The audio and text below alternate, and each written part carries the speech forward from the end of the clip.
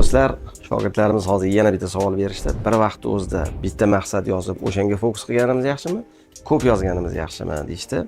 Rus tilida bir ibora bor. Тебе масло или мясо desa мясо deydi. Ya'ni albatta ko'p maqsad orzumiz borligi bu tabiiy va uning ichidan eng muhimi prioritetligi qaysiligini bilsak, eng muhimini bildikmi, albatta fokusni muhim narsalarga qaratish kerak.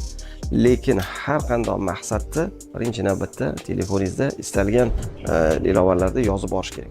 Agar maqsadlar, orzular hammasi fikrda bo'lsa, inson esdan chiqib ketadi, maqsaddan, manzilidan, yo'lidan chalg'ishni boshlaydi.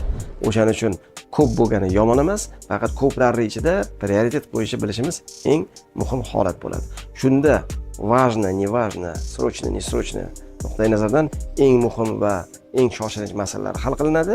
U masala hal bo'lgandan keyin muhim hozircha shoshilinch bo'lmagan rejimda ishlab borsa, inson qadam-qadam ancha-muncha orzu maqsadlariga erishish ehtimoli ko'payadi. Siz qanaqa holatda ishlatasiz? Orzu maqsadlaringizni yozib borasizmi, yo'qmi? Izohlarda yozinglar. Mabodo yozib boradigan bo'lsanglar, nima ilovalar ishlatasizlar? Mana o'zimga ham qiziq, yozsanglar, muloqotimizni davom ettiramiz.